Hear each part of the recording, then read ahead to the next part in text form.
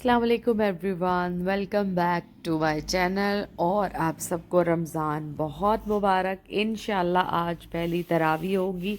Hopefully मुझे तो यही उम्मीद है कि चांद नज़र आ जाएगा और कल इंशाल्लाह हमारा पहला रोज़ा होगा।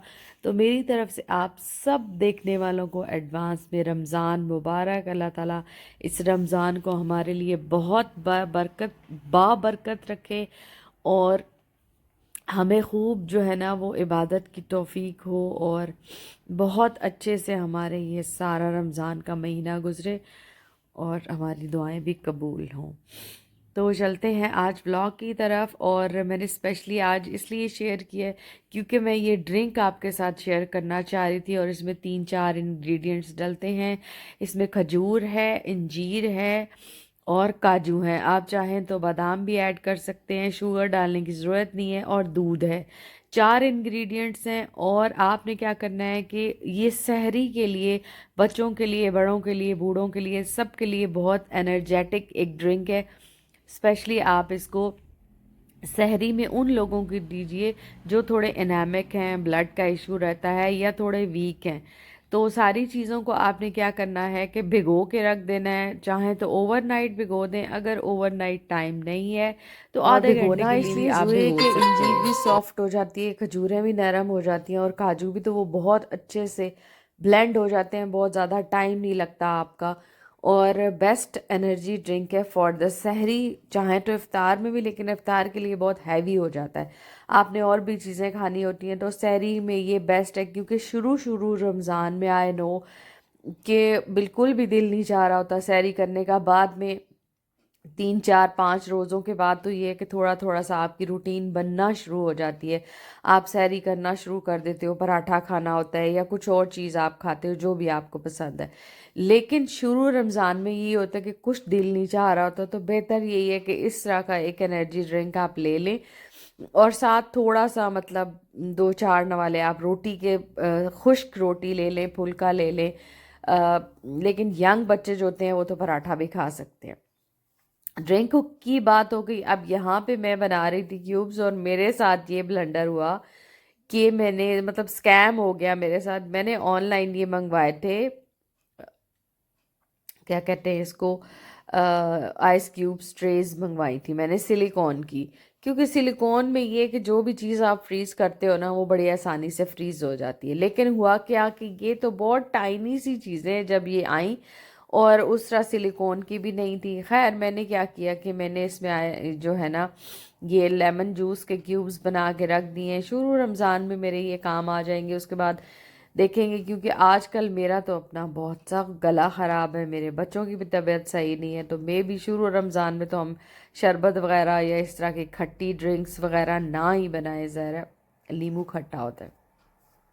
शुरू में तो अवॉइड करेंगे ठंडी चीज़ें, बाद में फिर देखा जाएगा मौसम के लिहाज से कि हम बनाते हैं नहीं बनाते। और पकोड़े वगैरह जो है ना वो चलेंगे। उसके बाद जी बारी आ गई है चने की। कल रात में मैंने चनों को अच्छे से भिगो दिया था धोने के बाद। एक तो यहाँ पे मैंने इनको चौड़े जो है ना वो प्लेटर में डाल के देख लिया था कि इनके अंदर कोई कंकर ना हो। अक्सर ये होता है कि पैकेट में ला के डायरेक्ट अगर आप भिगो देते हैं ना तो पत्थर या कोई भी ऐसी चीज़ जो है ना जो चनों के जायके को ख़राब करती है वो हो सकती है। ओवरनाइट मैंने भिगो दिया था क्योंकि ये चने बारीक वाले चने, एक जो चना चाट के लिए चने आते हैं ना थोड़े वो बड़े होते हैं। लेकिन मैं ज़्यादातर घर में अपने यही यूज़ करती हूँ। मैं दूसरे चने बहुत रेयर लेके आती हूँ, यही आते हैं और इसी की चाट बन जाती है। और कभी कभार मैं जब दही बड़े बनाती हूँ तो थोड़े से उनमें भी मैं डाल देती हूँ। और इस दफ़ा जब बनाऊँगी तो आपके साथ शेयर करूँगी। अब बारी आ गई है जी रमज़ान डेकोर की। और यहाँ पे मैंने पिछले साल वाली ये चीज़ें निकाली हैं, इस साल मैंने कुछ ख़ास ख़रीदा नहीं है। और ये पिछले साल वाली मेरी कुछ चीज़ें पड़ी हुई थी, ये स्टार्स और मून, तो मैंने किचन में एक कॉर्नर बना दिया।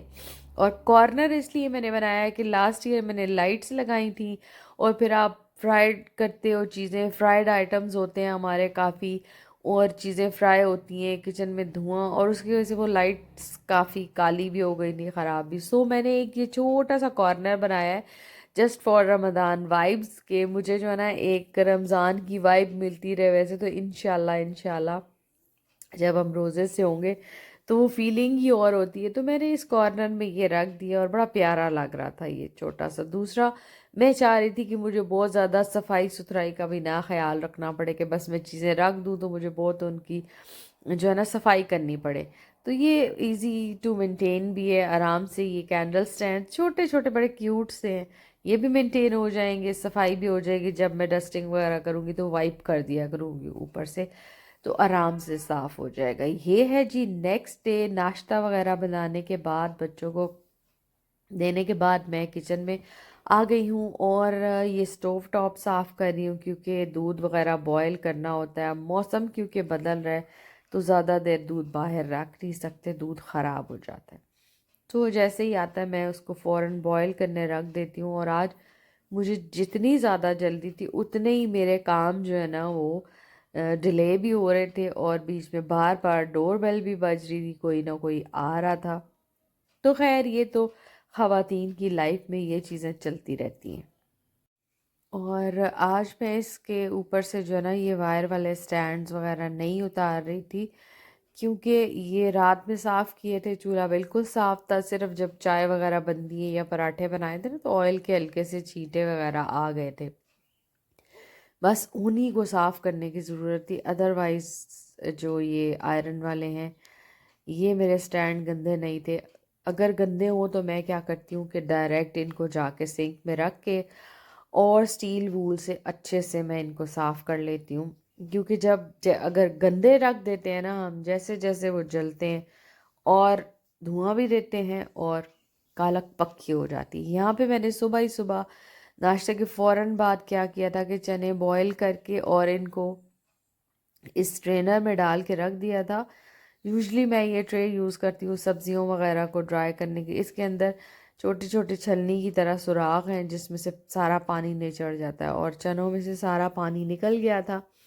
कुछ थोड़े से मैंने आज सालन बनाने के लिए अलहदा कर लिए हैं, ग्रेवी वाले चने बनाऊंगी और लंच भी मेरा प्रिपेयर हो जाएगा। और साथ साथ क्योंकि मुझे जो प्रेप्स रह गई थी रमज़ान की वो भी डन करनी थी तो वो भी मैं करूँगी और बहुत ज़्यादा फिर जो है ना वो थकावट भी नहीं होगी और मेरा काम भी आराम से हो जाएगा। सो चने उबले हुए हैं और आपके साथ रेसिपी भी शेयर करती हूँ कि मैं कैसे बनाऊँगी। देन मैंने क्या किया था कि जो सारे आपके चीनी पत्ती वाले ऑयल घी ये सारी चीज़ें होती है ना, इनको आज मैं रीफ़िल करके रख लूँगी ताकि कम अज़ कम एक वीक मुझे कोई परेशानी ना हो।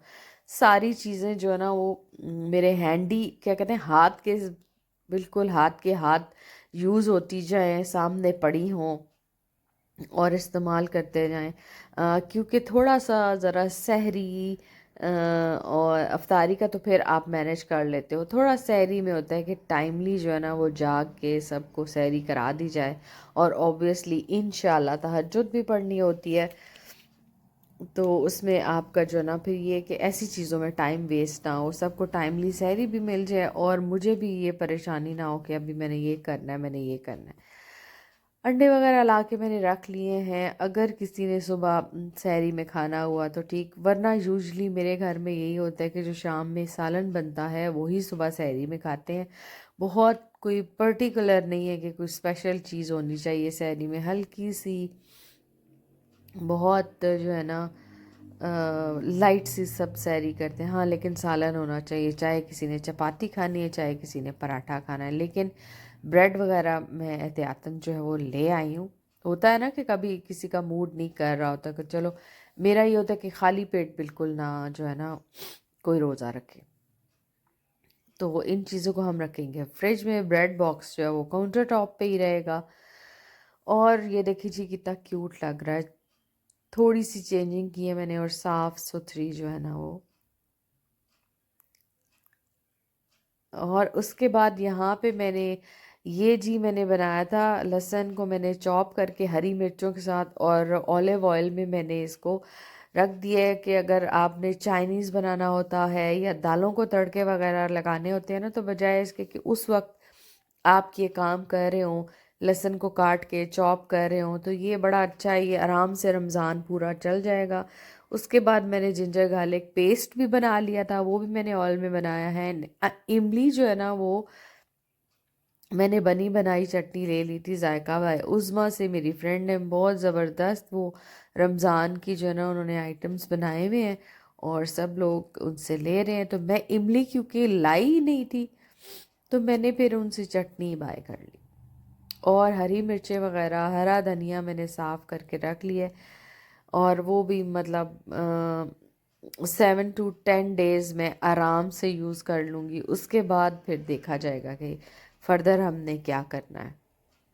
और ऑब्वियसली ये सारे लोग इसी तरह करते होंगे, यही प्रेप्स होती हैं शुरू के दिन जो है ना। हम थोड़ा सा वो बात है कि एक सारी रूटीन में आपकी चेंज आ जाता है ना, और शुरू में फिर ये चीज़ें बहुत बॉदर करती हैं अगर आपने ना की हो, उसके बाद आप यूज़ टू हो जाते हो। अम, और फिर आप ये चीज़ें सारी करना शुरू कर देते हैं। एक मतलब मेरे कहने का ये मतलब है कि एक फ़्लो में आ जाते हैं आपकी सारी चीज़ें। बाकी डीप क्लीनिंग वगैरह घर की जो है वो हो चुकी हुई है। बहुत एक्स्ट्रा ऑर्डनरी मैंने कोई काम नहीं किया, ना मैंने अपने आप को थकाया है। अल्लाह करे ये रमज़ान बहुत अच्छे से गुजर जाए। और यहाँ पे जी अब बारी आ गई है चने बनाने की। ग्रेवी वाले चने बनाए थे, प्याज को मैंने पीस लिया था हैंड ब्लेंडर में, उसके बाद मैंने इसमें टमाटर भी यूं ही हैंड ब्लेंडर में पीस लिए थे। और बेसिक जो इंग्रेडिएंट्स है मेरे, नमक मसाला हल्दी कुटी हुई लाल मिर्चें पिसी हुई लाल मिर्चें मैंने डाली हैं, और उनको अच्छे से टमाटर के साथ भुनाई करने के बाद फिर मैंने चने डाल के भूना है। अब मैं इस पर थोड़ा सा पानी डाल दूंगी ताकि हल्की सी वो ग्रेवी रह जाए। कभी कभी होता है कि आप शोरबे वाले में मतलब बनाते हो, जैसे काले चने होते हैं ना, वो थोड़ा सा मैं शोरबा उनका रखती हूँ, वो शोरबे के और साथ अच्छे आयरन के लगते लिए हैं। बहुत अच्छे हैं, वो ज़रूर खाने चाहिए। अच्छा जी, यहाँ पे अब मैं इनको दम लगा दूंगी थोड़ी देर के लिए, ताकि जो पानी है ना वो अच्छे से इनके अंदर पक जाए। क्योंकि अगर आप पानी पकाते नहीं है ना तो वो अजीब सा उसका टेस्ट रहता है। थोड़ा सा पानी पकाएंगे, जितनी कंसिस्टेंसी चाहिए होगी मुझे वो रख के फिर मैं इसका चूल्हा बंद कर दूंगी, और एंड पे मैं आपको बताऊंगी कि मैं इसको गार्निश करूंगी। मीनवाइल मैंने क्या किया था कि जो किचन का फ्लोर है वो गंदा हो गया था चीज़ें वीज़ें, क्योंकि मैंने मैट धो के बाहर डाला हुआ था और वो चीज़ें नीचे गिर रही थी, तो वरना तो आप मैट झाड़ लेते हो। तो मैंने ब्रश कर दिया, सारा ब्रश से मैंने फ्लोर जो है वो क्लीन कर दिया, मैट पे छा दिया है। और उसके बाद मैं इन चनों को रख के और फिर मैं चली गई थी कपड़े मुझे लॉन्ड्री, क्योंकि लास्ट लास्ट डे है ना आज। कल से इंशाल्लाह रमज़ान शुरू हो रहा है, तो मैं चाह रही थी कि सारे काम कंप्लीट हो जाए, मेरी लॉन्ड्री वगैरह भी सारी जो हुई हुई है उसको मैं इस्त्री के लिए फ़ौरन से दे दूं, ताकि मतलब आप ना बिल्कुल फ्री हों और आराम से आप इबादत करें। ऑब्वियसली ये काम तो ऐसे हैं जो कि रमज़ान में भी ख़त्म होने वाले नहीं हैं, लेकिन एटलीस्ट जो एक सर के ऊपर एक चीज़ सवार होती है ना वो नहीं होंगी। तो बस लॉन्ड्री भी मैंने जो है वो हैंगर्स पे कपड़े लगा दिए थे और फिर मैं उनको भिजवा दूंगी,